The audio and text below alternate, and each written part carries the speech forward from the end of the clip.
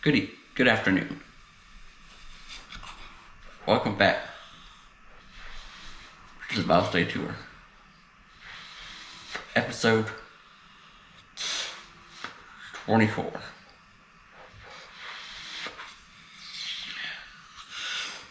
If you haven't yet,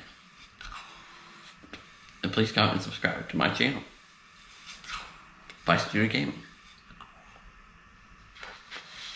Today we're looking at John 2.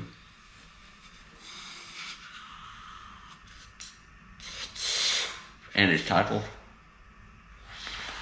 The Wedding at Cana. We're going to start with verse 1. And we'll go all the way to verse 25. Without further ado, here we go.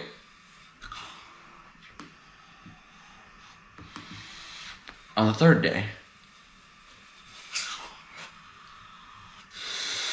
there was a wedding feast at Cana in Galilee.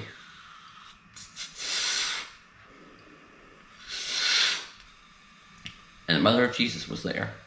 Jesus also was invited to the wedding with his disciples. When the wine ran out, the mother of Jesus said to him, "They have no wine." And Jesus said to her, Woman, what does it have to do with me? My hour is not yet come." His mother said to the servants, "Do whatever he tells you."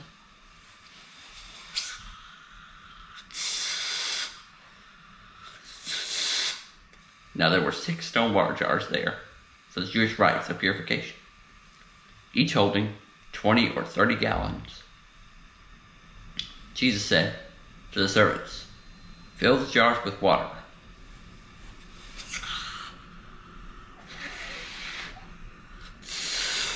And they filled them up to the brim. And he said to them, "Now draw some out, and take it to the master of the feast." So they took it. And the master of the feast tasted the water, now become wine, and did not know where it came from, though the servants who had drawn the water knew. The master of the feast called the bridegroom and said to him,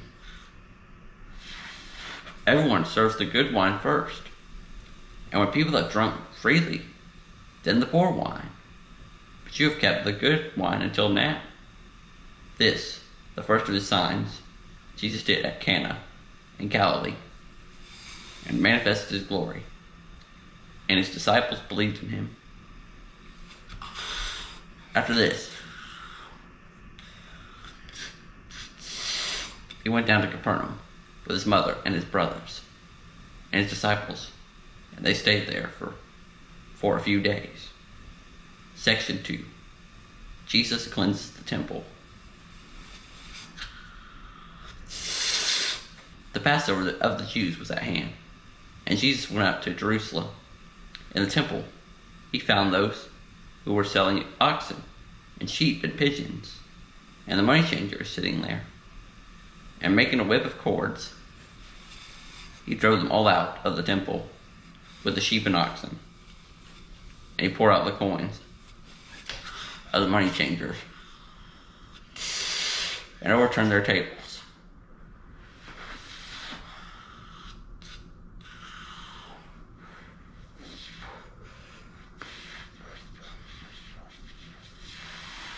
He told those who sold the pigeons, "Take these things away. Do not make my Father's house a house of trade." His disciples remembered that it was written, "Zeal for your house will consume me." So the Jews said to him, "What sign do you show us for doing these things?"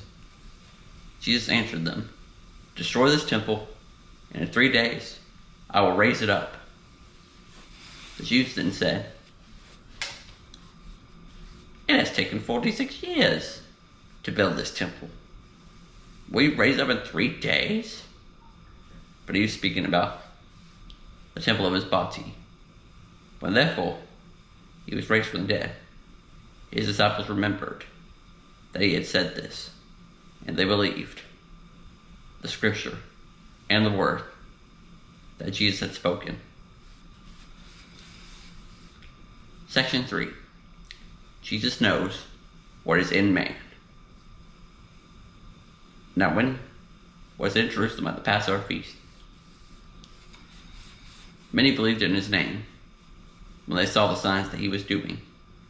But Jesus, on his part, did not entrust himself to them, because he knew all people, and needed no one to bear witness about man, for he himself knew what was in man.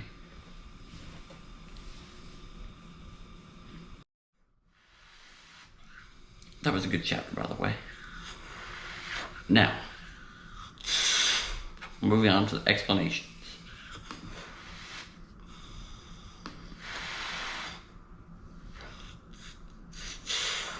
Starting with explanation. Verses 1 through 5.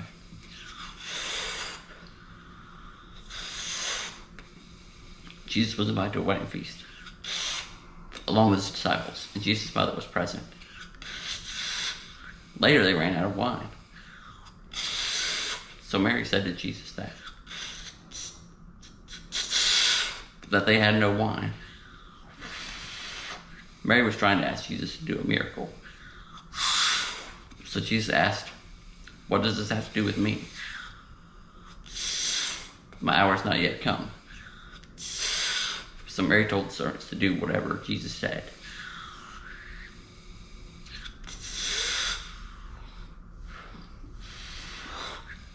Okay. Moving on to explanation verses 6 through 12. They went and found 6 20 to 30 gallon stone jars used for the Jewish laws of purification.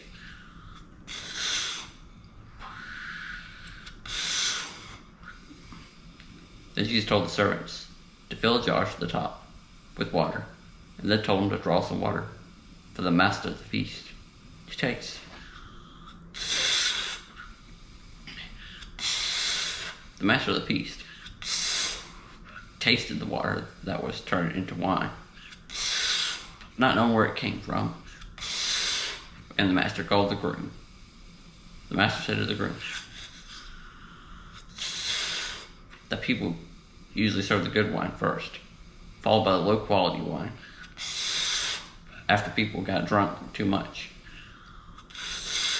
The master was gladdened by the pleasant surprise, and said, "You have served the good wine until now."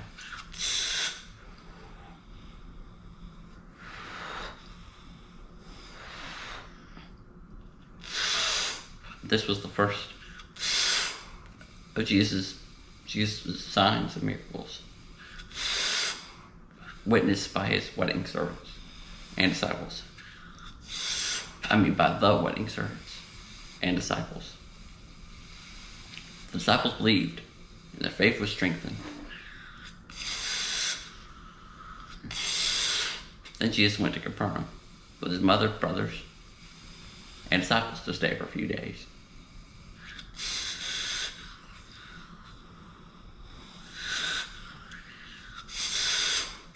All right.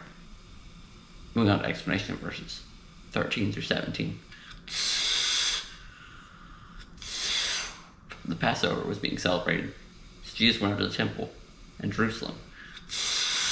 Then Jesus saw people selling pigeons, sheep, and oxen for Passover sacrifices.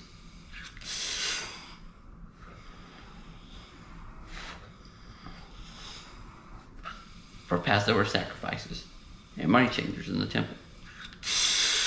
This made Jesus angry. So he made a whip and drove the salesmen out of the temple. He also flipped over the tables of the money changers and told the people that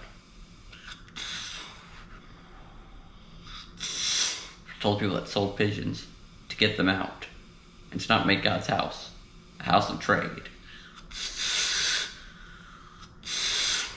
After the disciples witnessed this, they remembered Psalm 69:9 that said, "Zeal for your house will consume me."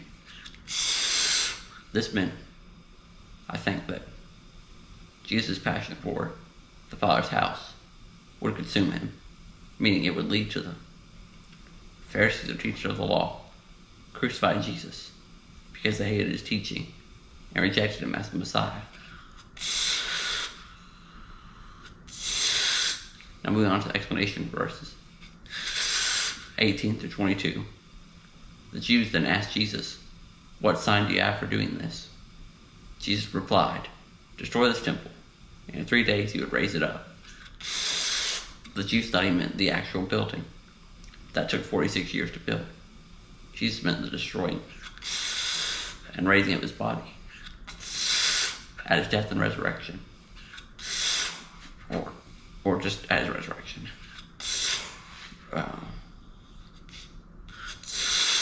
And the disciples remembered that he said this after his resurrection and believed the scripture.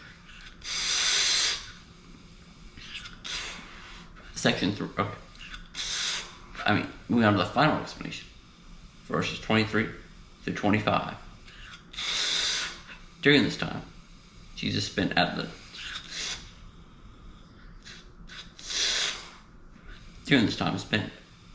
Passover feast, many believed in his name when they saw the miracles, but they did not put their faith in him. But he did not entrust himself to anyone because Jesus knew that every person was not trustworthy. Nobody can be trusted because people deceive each other. In fact, none of us can trust our own sinful self. Jesus knew that these people would turn away after a short time. And God is omniscient. He knows everything about everyone. God knows us better than we even know ourselves.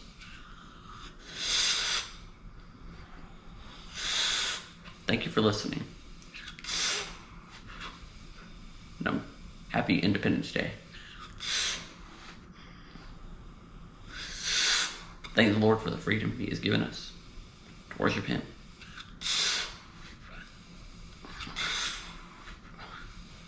And thank the Lord for setting us free from sin. So, thanks. And God bless.